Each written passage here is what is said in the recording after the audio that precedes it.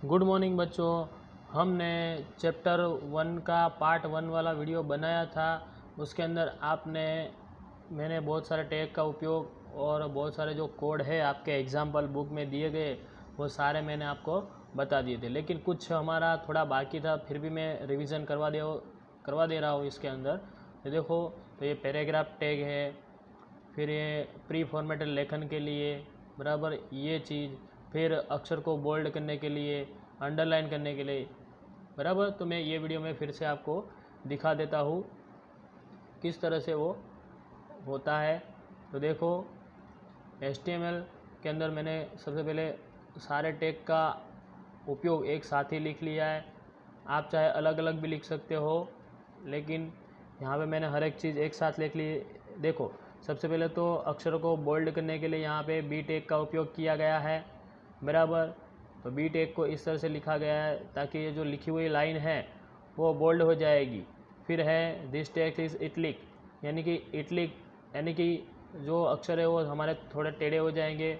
फिर है सबस्क्रिप्ट, यानी कि सबसे टैग का भी आपको उपयोग समझा दिया था मैंने, यानी कि जैसे आप घात लिखते हो, 2 का वर्गमूल लिखते हो, 3 का वर्ग लिखते हो, मतलब 2 के ऊपर 2, ऐसा उस तरह से लिखावट के लिए सबस्क्रिप्ट का उपयोग किया जाता है। फिर अंडरलाइन के लिए बराबर। फिर टीटी टैग, टीटी यानी कि टाइपराइटर जैसे अक्षर दिखते हैं उसके लिए। फिर ये हमारा बोल्ड, यानी कि इतना अक्षर जो है हमारा बोल्ड हो जाएगा बराबर। फिर है यहाँ पे सॉरी, ये बोल्ड वाला नहीं है, एस, यानी कि इतनी जो लाइन है इसके ऊपर क्या होगा, अक्षरों के बीच के ऊपर लाइन खींचे आ जाएगी। फिर हमारा प्री फॉर्मेटेड टैग, यानी कि ये अगर इस फॉर्मेट में हमने टेक्स्ट लिखा है पैराग्राफ के अंदर, लेकिन कौन से टैग में लिखा है, तो प्री टैग में लिखा है। कौन से? Pre tag, pre R E tag में लिखा है, इसलिए प्री फॉर्मेटेड टैग इसको बोला जाता है। तो इस तरह से ये होगा और ये सारे का आउटपुट आपको यहाँ पे देखने को मिलता है। देखो, मैं आपको बता देता हूँ।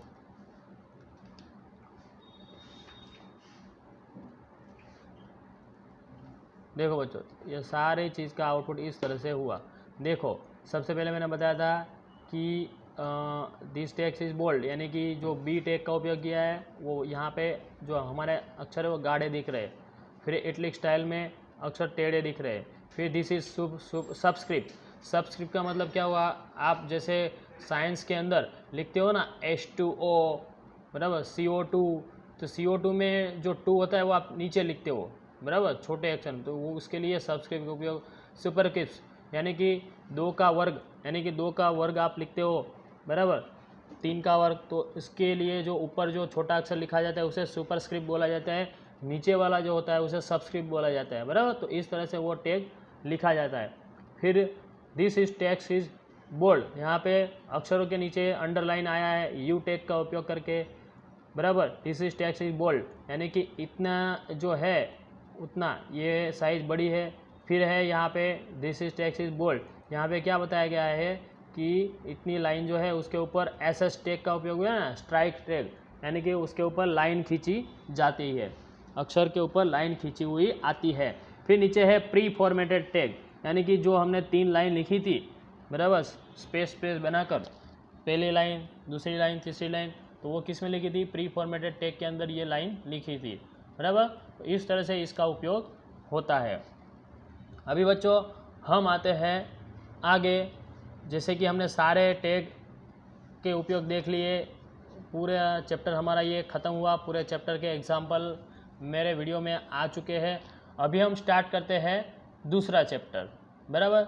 दूसरा चैप्टर स्टार्ट करते हैं, तो देखो बच्चों, मैं आपको बता देता हूँ दूसरा चैप्टर हमारा स्टार्ट होता है बराबर। उसके सारे एग्जाम्पल जहाँ तक मैंने किए वहाँ तक आपको बता देता हूँ बराबर। आप सबको ये वीडियो देखकर, आपको अगर घर पे कंप्यूटर है तो आप कर सकते हो, नहीं तो फिर जब हमारी स्कूल चालू हो जाएगी तब हमारे यहाँ पे आपको प्रैक्टिकल करना होगा। दूसरी बात, मैंने जितना करवाया है उतना आप सबको पढ़ना भी है, ओके। तो चलो हम देखते हैं आगे। तो बच्चों, कोई लोगों का चैप्टर 1 का एक्सरसाइज में MCQ टिक करना बाकी है तो वो टिक कर सकते हो। मैं ये वीडियो में जानकारी दे रहा हूँ। तो क्वेश्चन 1 के अंदर आएगा आपका B HTML, क्वेश्चन 2 में आएगा ए HTML, क्वेश्चन 3 में आएगा C hypertext markup language, question 4 में आएगा A standardize general markup language, question 5 में आएगा ए शुरुआती टैग जानकारी और अंतिम टैग, बराबर। फिर आगे क्वेश्चन नंबर 6 के अंदर आएगा हमारा बी गुणधर्म विशेषता एट्रीब्यूट्स, 7 नंबर के अंदर आएगा बी एम्प्टी, 8 नंबर के अंदर आएगा बी सार्वत्रिक, फिर 9 नंबर के अंदर आएगा डी उपरोक्त सभी, 10 नंबर के आएगा स्काइट, HTML दस्तावेज को सुधारने के लिए स्काइट एडिटर का उपयोग किया जाता है। ओके, तो हम अभी नेक्स्ट पेज पे यानी कि नेक्स्ट चैप्टर पे हम आते हैं। अभी HTML में हेड और बॉडी विभाग। तो बच्चों हम सब जानते हैं कि HTML डॉक्यूमेंट जो लिखा जाता है उसके अंदर बॉडी और हेड विभाग के अंदर ही सारा काम होता है, आप सबको पता है, बराबर। हेड विभाग के अंदर और बॉडी विभाग के अंदर ही सारा काम होता है। तो देखते हैं हम वो कैसे। तो देखो हमने जो भी काम किया है वो किसके अंदर होता है, तो देखते हैं। देखो हेड भाग के अंदर और बॉडी भाग के अंदर ही होता है। देखो यहाँ पे हेड क्लोज हुआ, हेड मुख्य मथक है, यहाँ पे बॉडी भाग शुरू हुआ और यहाँ पे बॉडी क्लोज होती है, यानी कि बॉडी और हेड ये दोनों के बीच में ही काम होता है। अभी आप बोलोगे सर हेड तो आपने यहाँ पे क्लोज कर दिया है, ओके हेड यहाँ पे क्लोज कर दिया, लेकिन दूसरा हेड यहाँ पे ओपन किया है H1 के नाम से, बराबर। ये एक एग्जांपल आपको बताया सिंपल सा। दूसरी बात देखो, दूसरा मैं कोई भी आपको बता देता हूँ तो वो भी इसी तरह हेड और बॉडी भाग में ही लिखा जाता है। देखो तो ये रहा हमारा हेड पार्ट के अंदर हमने इतना लिखा है जो मेन कंटेंट है, और दूसरा पार्ट है बॉडी पार्ट के अंदर हमने इतना कंटेंट लिखा है। मतलब HTML दस्तावेज के अंदर हम कोई भी चीज़ लिखते हैं तो इस तरह से लिखी जाती है, हेड और बॉडी भाग के अंदर, बराबर। तो यहाँ पे आपको दिया गया है कि कोई भी अधिक जानकारी हेड और बॉडी भाग के अंदर दो टैगों में बीच लिखा जाता है, और इन दोनों टैगों को बीच की जानकारी हेड एलिमेंट के रूप में जाना जाता है। फिर आगे कि हेड विभाग में समाविष्ट की जाने वाली प्रथम जरूरी वस्तु टाइटल होती है। आप सबको पता है हम टाइटल भी लिखते हैं, लेकिन टाइटल क्या होता है, वो वेब पेज के लिए टाइटल होता है। सबसे पहले HTML कोड होता है, बाद में हेड, बाद में टाइटल तुरंत क्लोज हो जाता है, बराबर। तो यहाँ पे जानना भी जरूरी है कि यदि हेड विभाग में टाइटल लिखा नहीं गया हो तो अधिकांश ब्राउज़र द्वारा ब्राउज़र विंडो के टाइटल रूप में URL पाथ अथवा फाइल का नाम दर्शाया जाता है। अभी URL पाथ क्या होता है सबको पता होना चाहिए, बराबर। URL पाथ यानी कि देखो यहाँ पे आपको बता देता हूँ कि URL पाथ यानी क्या होता है। देखो अगर मैंने इसमें पेज का कुछ नाम नहीं दिया है, यहाँ पे रन हो गया, बराबर। यहाँ पे देखो पेज का टाइटल नहीं आ रहा है, यहाँ पे पेज का टाइटल आ रहा है, देखो सॉरी अबाउट रेनबो, लेकिन ये जो अगर मैंने ये टाइटल के अंदर अबाउट रेनबो नहीं लिया है तो आपको यहाँ पे फाइल का पूरा पाथ भी दिखता है। देखो फाइल का पूरा पाथ, ये ब्लू लाइन के अंदर ब्लू सिलेक्ट किया हुआ जो है उसके अंदर फाइल का पूरा पाथ दिखता है, यानी कि फाइल कहाँ पे स्थित है, कौन से फोल्डर में है, बराबर। मेरे ए नाम से फोल्डर के अंदर है और लिखा है यहाँ पे HTML और फाइल का नाम है 1.1.html, बराबर। तो इस तरह से वो सेव रहती है। तो जानना जरूरी है कि हेड विभाग में टाइटल लिखा नहीं है तो ब्राउज़र द्वारा ब्राउज़र विंडो में टाइटल के रूप में भी URL पाथ होता है, बराबर। दूसरी बात, अगर टाइटल टैग को बंद करना नहीं भूलना चाहिए। यदि आप टाइटल टैग बंद करना भूल गए होंगे तो संपूर्ण लिखित जानकारी को टाइटल मान लिया जाता है, और शायद ऐसा भी हो सकता है कि ब्राउज़र विंडो HTML दस्तावेज को प्रस्तुत न कर सके।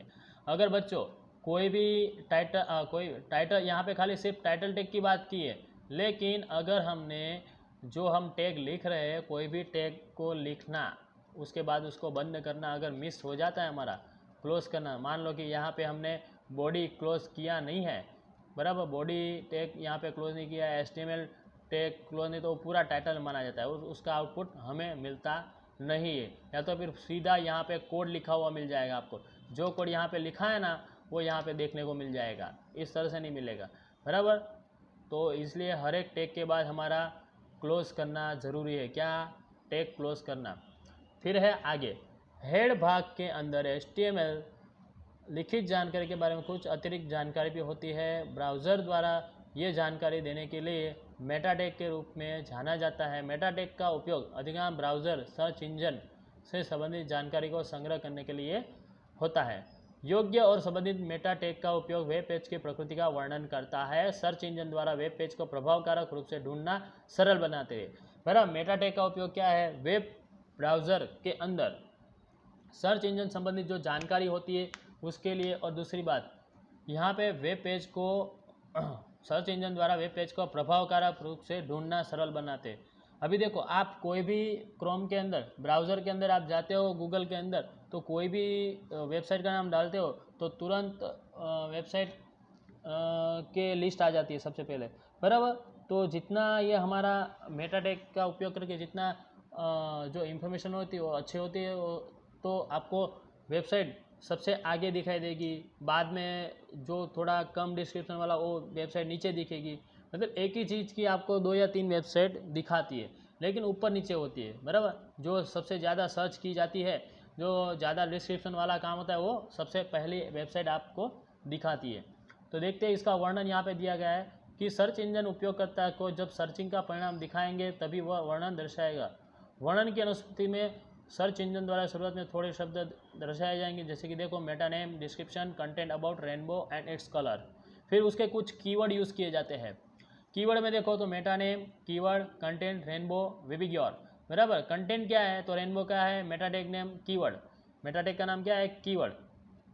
और यहाँ पे विबिग्योर, ये मुख्य उसका डिस्क्रिप्शन है। फिर है ऑथर, तो ये ऑथर मतलब ये किसने लिखा है रेनबो के बारे में। तो मान लीजिए कि यहाँ पे आपको एग्जांपल ही बताया है कि मेटा नेम ऑथर, मतलब मेटा नेम में क्या है? ऑथर। और उसका कंटेंट क्या होगा? MK गांधी उसका कंटेंट होगा। जैसे कि यहाँ पे देखो, कुछ मेटा नेम के अंदर डिस्क्रिप्शन लिया है, उसका कंटेंट में लिया है अबाउट रेनबो। यहाँ पे कीवर्ड यूज़ किया है, उसके कंटेंट में लिया है रेनबो। तो रेनबो और दूसरा रेनबो के 7 कलर है, उसका शॉर्ट नाम यहाँ पे लिखा है। फिर ऑथर, ऑथर यानी कि क्या? लेखक। तो लेखक यानी कि मेटा नेम के अंदर उसका लिया है ऑथर, और दूसरा है कंटेंट, बराबर। कंटेंट में लिखा है ऑथर का नाम। तो ये हुआ हमारा मेटा टैग का वर्णन। अभी हम देखते हैं कमेंट्स, बराबर। इतना सबको पता चल गया होगा। अगर नहीं पता चलता है तो मुझे आप जब जूम मीटिंग चालू होती है तब मुझे क्वेश्चन कर सकते हो। यहाँ पे दिया गया आपको कमेंट्स। अभी देखो, हम कमेंट्स भी लिखते हैं HTML कोड के अंदर, लेकिन कमेंट्स हमें आउटपुट में नहीं दिखाई देती। यहाँ पे आपको दिखाया गया है डायरेक्टली कि कमेंट इस तरह लिखी जाती है। देखो, यहाँ पे उद्गार चिन्ह बनाया गया है और डैश बनाया है और दिस इज़ अ कमेंट ऐसा लिखा है, और यहाँ पे टैग क्लोज है। यहाँ पे टैग की शुरुआत हुई है और यहाँ पे टैग क्लोज है, लेकिन टैग की शुरुआत के अंदर उद्गार चिन्ह का उपयोग किया गया है। तो सबसे पहले हमें यहाँ पे इस तरह से ये टैग का उपयोग करना पड़ेगा। फिर ये जो हमारा है उद्गार चिन्ह टैग कमेंट्स की शुरुआत दर्शाता है, जबकि यहाँ पे उद्गार चिन्ह नहीं है और डबल अवतरण कोट है। अवतरण कोट के अंदर लिखा है टैग द्वारा कमेंट्स का अंत बताता है। कमेंट्स को जरूरी सूचना के रूप में भी जाना जाता है, बराबर। कमेंट ऐसे वाक्य है जिसका आउटपुट में कोई अस्तित्व नहीं रहता। देखो, यहाँ पे बताया कि आउटपुट में इनका कोई अस्तित्व नहीं रहता, बराबर। आप HTML कोड के अंदर यहाँ पे कमेंट लिख सकते हो। जैसे कि मान लो ये कोड लिखा है, यहाँ पे आप कमेंट लिखोगे, इतनी जगह में कमेंट लिखोगे, बराबर। बॉडी के यहाँ पे कमेंट लिख दोगे, या तो फिर यहाँ हेड खत्म होने के यहाँ पे कमेंट लिख दोगे, चलेगा।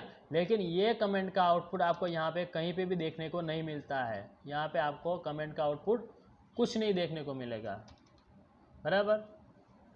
कमेंट क्यों दी जाती है? तो कमेंट, हमने जो HTML कोड लिखा है वो किसके बारे में लिखा है उसके लिए हम कमेंट बता सकते हैं, बराबर।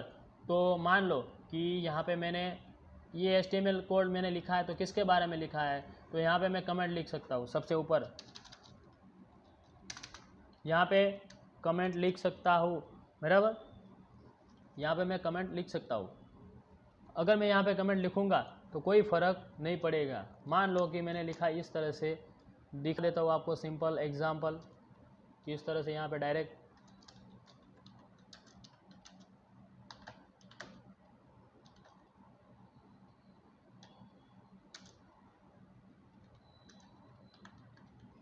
बराबर। मैंने इस तरह से लिख दिया, लेकिन आपको ये चीज़ लिखी, इसका कहीं पे भी आपको आउटपुट मिलेगा नहीं, बराबर, कहीं पे भी आउटपुट नहीं मिलेगा। देखते हैं हम, ये मेरी 2.3 फाइल सेव की गई, बराबर। इसको आपको कहीं पे भी दिख रहा है मैंने जो लिखा कि दिस इज़ मेटाटेक एग्जाम्पल, वो आपको कहीं पे दिख रहा है? नहीं दिखेगा, बराबर, क्योंकि वो क्या है, कमेंट है, यानी कि ये जो मैंने कोड लिखा है वो मेटाटेक के बारे में लिखा है, ऐसा ये बताता है। ओके, तो आगे बढ़ते हैं हम। अन्य मेटा टैग है यहाँ पे, ऐसे भी कुछ मेटा टैग है, वेब पेज को कुछ ही सेकंड के बाद निश्चित यूआरएल को ले आने को कहे, अथवा ऐसा कहे कि अमुक निश्चित पेज नहीं देने चाहिए। निम्नलिखित उदाहरण में वेब पेज को हर 5 सेकंड में रिफ्रेश करके रीलोड करके दिखा देता है। तो देखो, अगर हमें कोई नया पेज नहीं चाहिए, वही पेज को हम रिफ्रेश करते हैं, बराबर। अगर हमें वेबसाइट, यहाँ पे मान लो ये वेबसाइट हमारी खुली है, बराबर, अगर मैंने कोई पेज खुला है, यहाँ पे अगर कोई पेज नहीं खुलता तो हम यहाँ से रिफ़्रेश करते हैं ना पेज को, देखो ये पेज रिफ़्रेश हुआ, तो उसके लिए भी उपयोग हो जाता है। फिर यहाँ पे एग्जांपल दिया गया आपको HTML बेस। HTML का बेस क्या है? तो सबसे पहले HTML का बेस है मुख्य रूप से हेड भाग। देखो यहाँ पे हेड बेस एचरेफ यहाँ पे आपको बताया है, बराबर, हेड रेप एचरेफ आपको बताया गया है यहाँ पे। तो मैं आपको वहाँ पे बता देता हूँ थोड़ा। तो इस सब का हम उपयोग देख सकते हैं यहाँ पे, ये सारे टैग हेड का भी मैं अभी आपको इसके आगे जो कोड आएगा उसके अंदर सारा बता देता हूँ, बराबर। तो देखो ये टेबल में कुछ head, title, base, link, Meta, script, style, ये सारे दिए गए हैं, लेकिन हमने ये सब की जानकारी ले ली। बेस की भी दिखा देता हूँ मैं आपको। वेब पेज की सभी लिंक्स के लिए एक पूर्व निर्धारित एड्रेस अथवा पूर्व निर्धारित टारगेट व्याख्यायित कर देता है, यानी कि कोई लिंक्स हमें एक पेज से देनी है तो वो कर सकते हैं। फिर नीचे दिया गया लिंक, दस्तावेज और बाह्य संसाधन के बीच संबंध व्याख्यायित करता है। दस्तावेज और बाह्य संसाधन, यानी कि जो हमने वेब पेज बनाया और उसके अलावा कुछ भी दूसरा हम खोलते हैं, बराबर, वही पेज के अंदर लिंक दी गई होती है, उसके लिए ये उपयोग किया जाता है। फिर मेटा का उपयोग HTML दस्तावेज के मेटा डेटा और व्याख्यायित करता है। स्क्रिप्ट क्लाइंट की और की स्क्रिप्ट व्याख्यायित करता है। स्टाइल दस्तावेज के स्टाइल की जानकारी व्याख्यायित करता है। अब ये सारे टैगों के बारे में हम आगे पढ़ने वाले हैं, बराबर। जैसे जैसे आगे बढ़ते जाएंगे वैसे वैसे आता जाएगा। देखो बच्चों, मैंने आपको यहाँ पे बताया था हेड का उपयोग यहाँ पे आपको ये कोड के अंदर बताया गया है, बराबर। तो ये है आपका चैप्टर 2 का 2.1 एग्जाम्पल, बराबर। सबसे पहले मेटा टैग का उपयोग कैसे किया गया है, और वहाँ पे आपको यहाँ पे दिया गया है मेटा नेम डिस्क्रिप्शन, जैसा वहाँ पे लिखा था ना उसी तरह लिखा गया है। पेज नंबर 1 के ऊपर आप देखो, यहाँ पे ये सारे तीनों के तीनों लिखे थे, पेज नंबर 18 के ऊपर वही आपको यहाँ पे दिखाई देने वाले हैं, बराबर। तीनों चीज़ लिखी है, मेटा टैग के तीनों टैग उपयोग में कैसे आते हैं लिखे। फिर यहाँ पे देखो कमेंट टैग का भी उपयोग है, कमेंट टैग का भी उपयोग मैंने आपको आगे भी बताया, लेकिन फिर भी यहाँ पे कमेंट टैग का भी उपयोग किया गया है। फिर हेड क्लोज, यानी कि इतना जो भाग है वो हमारा हेड पार्ट हुआ। फिर ये बॉडी पार्ट हुआ, बराबर। हमने पढ़े ना, हमारा दूसरा चैप्टर का नाम ही है HTML हेड और बॉडी विभाग। तो बॉडी भाग के अंदर देखो यहाँ पे आपको बताया गया है पी टैग का उपयोग किया गया है। उसके अंदर एक लाइन बनाई गई है, एक लाइन को लिखा है nothing will be printed but this line, ऐसा एक मैसेज पास किया गया है। और यहाँ पे बॉडी क्लोज HTML क्लोज। तो मैं आपको ये कोड का एग्जांपल बता देता हूँ, यहाँ पे है मेरे पास, बराबर, ये रहा हमारा एग्जांपल, उसको लिखा गया मैंने इस तरह से लिखा है, बराबर। देखो मैंने यहाँ पे कमेंट में लिखा है ऑल इज़ गुड, मैंने कमेंट में क्या लिखा है, ऑल इज़ गुड। अभी हमारा मेटा टैग का एग्जांपल पास तो हो जाएगा, आउटपुट तो दिखेगा, लेकिन हमें ये चीज़ दिखने को कहीं पे भी नहीं मिलेगी, क्योंकि ये क्या है हमारा कमेंट, और कमेंट HTML में ऐसे ही लिखा जाता है। अगर यही चीज़ मैं यहाँ पे लिख देता हूँ, यहाँ से हटा देता हूँ और यहाँ पे लिख देता हूँ तो भी चलेगा, तो भी चलेगा, बराबर। तो देखो यहाँ पे ये यूज़ हुआ है, बराबर। मैंने यहाँ पे कमेंट लिख दी, बराबर, यहाँ पे लिख दिया है, सबको पता चल गया होगा यहाँ पे, बराबर। इसका कोई आउटपुट हमें देखने को नहीं मिलेगा। वापस सेव कर देते हैं फाइल को। अभी यहाँ मैंने एग्जाम्पल 2.1 बताया गया है, बराबर। अभी हम इसका आउटपुट देखेंगे। तो 2.1 डायरेक्ट इसको डबल क्लिक कर देते हैं, ब्राउज़र में आ जाए। देखो बच्चों, जैसे आपके बुक के अंदर बताया गया उसी तरह आपका एग्जाम्पल है, यहाँ पे रन हो गया है, बराबर।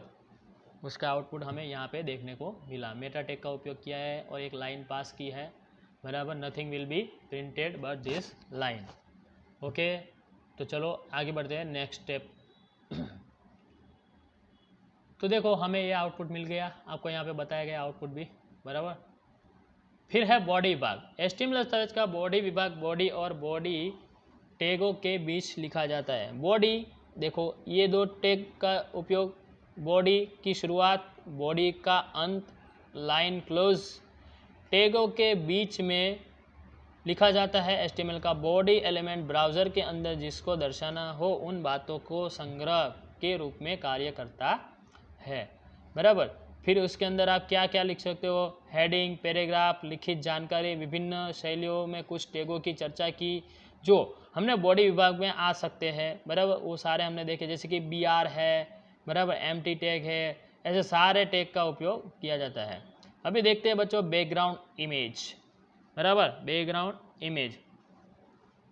तो अभी तक हमने ऐसे HTML कोड देखे हैं जो सादे सफ़ेद बैकग्राउंड में लिखावट दर्शाते हैं। देखो हमने अभी जो भी HTML टैग अब तक देखे उसमें क्या था कि बैकग्राउंड में कुछ भी नहीं आता था, बराबर। बैकग्राउंड में खाली जो हम आउटपुट चाहते थे वही आते थे। अभी हम देखते हैं आगे कि ऐसा कुछ करने जाए कि हमारे इमेज के अंदर, बैकग्राउंड के अंदर कुछ इमेज देखे या तो बैकग्राउंड के अंदर कुछ कलर दिखे, ये सारा चीज़ हो सके। कोड के साथ साथ हमारे बैकग्राउंड के अंदर कुछ कलर भी दिखना चाहिए या तो फिर इमेज भी दिखनी चाहिए। तो उसके लिए हमने यहाँ पे देखना है आगे कि बॉडी टैग के साथ साथ हम बैकग्राउंड विशेषता का भी उपयोग कर सकते हैं। बैकग्राउंड के लिए हम कंप्यूटर उपलब्ध किसी भी छवि का उपयोग कर सकते हैं। HTML पेज के लिए बैकग्राउंड को व्यवस्थित करने के लिए हम निम्नानुसार टैग का उपयोग करेंगे। सबसे पहले बच्चों आपको बॉडी टैग के लिए ये चीज़ का उपयोग होता है। दूसरी बात, यहाँ पे डबल कोट के अंदर जो फाइल का नाम लिखा है वो फाइल हमें यहाँ पे बनानी पड़ती है। ऐसा नहीं है कि रेनबो वाली फाइल, रेनबो की आपको इमेज दिखानी है, पेन की भी इमेज दिखा सकते हो बैकग्राउंड में, बराबर। कुछ कलर की इमेज, कलर दिखाना है बैकग्राउंड में वो भी दिखा सकते हो, या तो फिर आपके जो भी वॉलपेपर होते हैं वो वॉलपेपर अगर आपको बैकग्राउंड में दिखाना है तो वो यहाँ पे लिख सकते हो। लेकिन ये यहाँ पे क्या है कि रेनबो की इमेज है, यानी मेघधनुष की फ़ोटो है, बराबर। इसलिए यहाँ वो फाइल का नाम लिखा है rainbow.jpg, बराबर। अगर आपके पास पेन की इमेज है तो यहाँ पे pen.jpg लिखना पड़ेगा, बराबर, ताकि आपको समझने में और आपको जो आउटपुट देखना है उसके लिए आसानी रहे, इसलिए, बराबर। तो ये फाइल का नाम यहाँ पे मेंशन किया है। तो देखते हैं, बैकग्राउंड में शब्द का विशेषता का नाम है, बराबर। विशेषता को निश्चित मूल्य देना पड़ता है। मूल्य एक फाइल का सामान्य व इमेज फाइल हो जिसके हम बैकग्राउंड में दर्शाना है, वहाँ पे rainbow.jpg हम किसी भी मान्य छवि, मैंने बोला ना, कोई भी मान्य छवि हम ले सकते हैं। और फाइल का फॉर्मेट जैसे कि JPG, BMP और PNG और TIFF दे सकते हैं। ये क्या है, फाइल का एक्सटेंशन है, वो हमें देना पड़ता है। तो देखो इसके लिए कोड इस तरह लिखा जाता है। तो मैं भी आपको एग्जाम्पल बताता हूँ। तो देखो ये हमारा एग्जाम्पल है 2.3, बराबर। उसके लिए हमने कोड लिखा है। देखो मैंने यहाँ rainbow.jpg की, यानी कि रेनबो की इमेज ली है, बराबर, रेनबो की इमेज ली है। लेकिन सबसे पहले देखो मैंने यहाँ पे रेनबो की इमेज यहाँ पे रखी भी है, बराबर। ये इंद्रधनुष की इमेज यहाँ पे मैंने डाउनलोड करके ले ली है और यही फोल्डर के अंदर मैंने लिख दी है और उसका नाम भी दे दिया है rainbow.jpg, बराबर। यानी कि ये फोल्डर से ये फाइल हमारी उठा लेगा, बराबर। तो सबसे पहले मैं आपको कोड बता देता हूँ एग्जाम्पल का।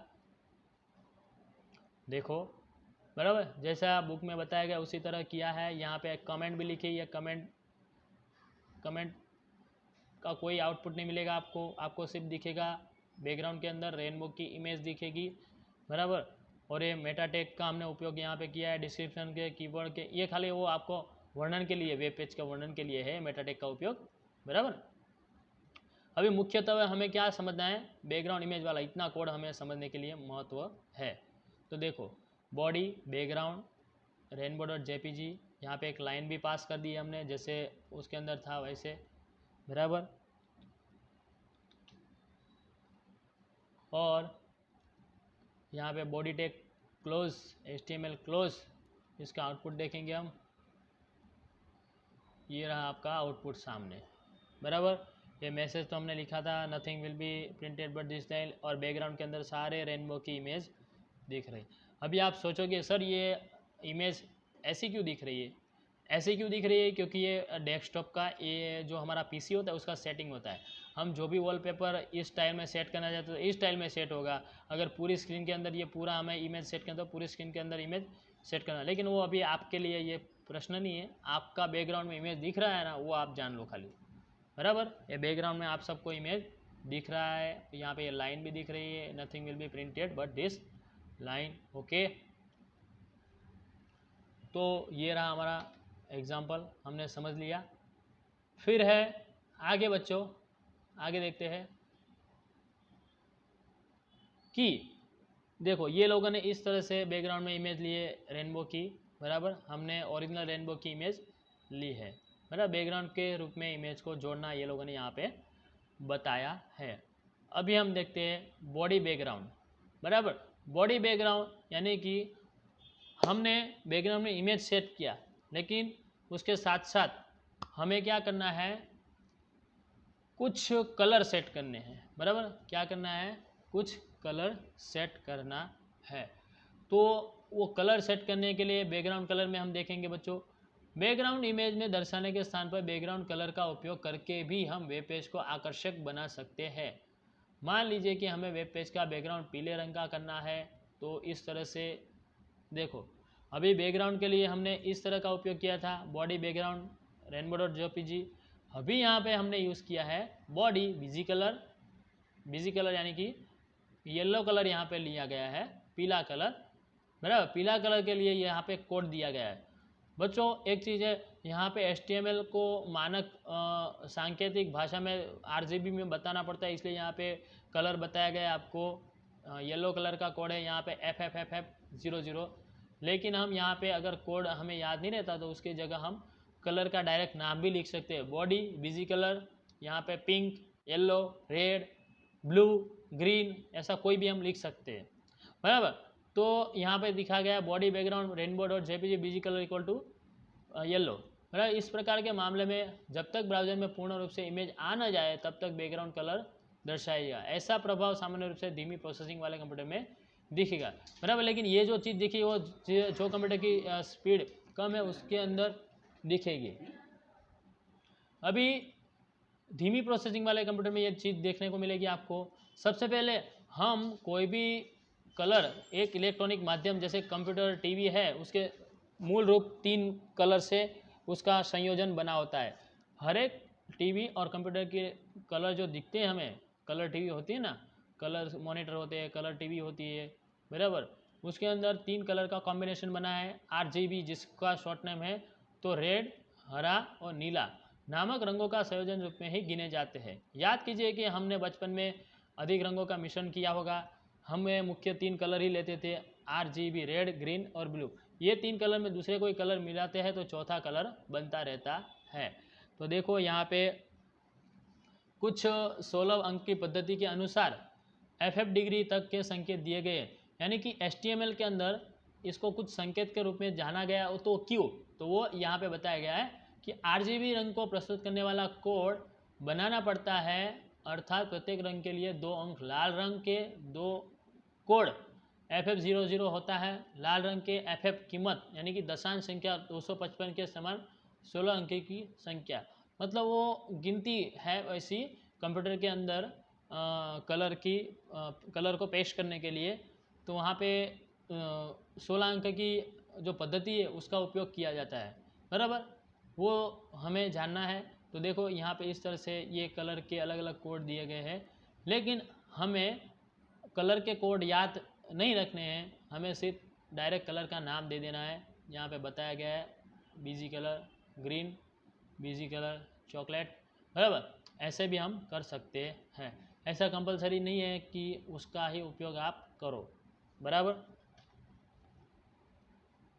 तो देखो यहाँ पे बीजी कलर का मैं एग्जांपल आपको बता देता हूँ, लिखा हुआ देखो यहाँ पे आपका ये बीजी कलर दिखा है, बराबर। टाइटल में दिया बैकग्राउंड कलर, हेड पार्ट के अंदर लिखा है बॉडी भाग के अंदर BG colour pink, text equal to green, बराबर। यानी कि जो लिखा हुआ है वो आपको ग्रीन में दिखेगा और बैकग्राउंड का कलर पिंक में दिखेगा। तो यहाँ पे एक सिंपल लाइन मैंने लिखी है हेडिंग के अंदर, we look pink colour here, यानी कि हम यहाँ पिंक कलर देख सकते हैं। तो देखो बच्चों, आपको ये बैकग्राउंड आपको बता देता हूँ मैं, इसका आउटपुट, बराबर, we look pink colour here. वो लोगों ने आपको लिखा है कि we everything pink colour here, मैंने लिखा है वी लुक पिंक कलर। आपकी बुक में बताया गया कि everything is pink here if you call this pink, यानी कि आपको पिंक कलर बुलाना है तो पिंक कलर यहाँ पे दिखेगा, बराबर। तो दिख रहा है आपको यहाँ पे। और टेक्स्ट हमने यहाँ पे ब्लैक है तो हमने टेक्स्ट का कलर है ग्रीन हमारा, बराबर। अक्षरों का कलर ग्रीन है, बैकग्राउंड का कलर पिंक है, बराबर। दिख रहा है सबको? ओके, तो हम आगे बढ़ते हैं अभी। तो हमने बैकग्राउंड का देख लिया, बराबर। तो देखो यहाँ पे अलग अलग कलर के कोड लिखे हैं, बराबर। यहाँ पे हम नाम भी दे सकते हैं, मैंने आपको बता दिया। फिर देखो लिंक का रंग, अलग अलग लिंक का रंग भी हम देख सकते हैं। जैसे कि एंकर टैग के अंदर हम हाइपर लिंक देते हैं वेब पेज के लिए लिंक, तो वो जो लिंक आती है ना, वो लिंक का भी हम कलर दे सकते हैं। कोई लिंक ब्लू रंग की दिखती है, कोई लिंक रेड रंग की दिखती है, कोई ग्रीन की दिखती है, तो उसके लिए भी हम कलर दे सकते हैं, बराबर। यहाँ पे दिखा है बॉडी ए लिंक 0, बराबर। इस तरह से यहाँ पे बताया गया है, अलग अलग लिंक को अलग अलग कलर के रूप में दिए गए हैं। तो आपने वेब पेज पर नीले रंग के रेखांकित शब्द देखे होंगे कि किसी अन्य वेब पेज को निर्देश करते हैं, बराबर। आपने विजिट वेबसाइट की होगी, वहाँ पे कोई ना कोई रंग बदलता हुआ आपको दिखाई देता है।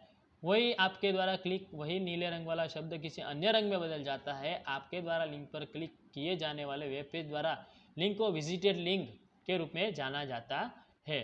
तो इस लिंक पर क्लिक करने के पश्चात जब लिंक में दिया गया है वो यूआरएल खुलता है और उसे सक्रिय लिंक के रूप में भी जाना जाता है, बराबर।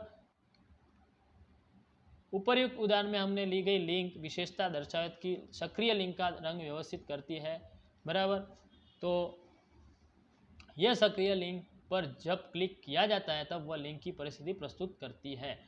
ये उदाहरण में ली गई लिंक विशेषता दस्तावेज के अंदर की हाइपर लिंक का रंग व्यवस्थित करती है, यानी कि जो हमने एंकर टैग में लिंक ली होती है उसका कलर हम बदल सकते हैं। मतलब में इतने चीज़ में हमने ये सीखा कि हाइपर लिंक का भी कलर बदला जा सकता है।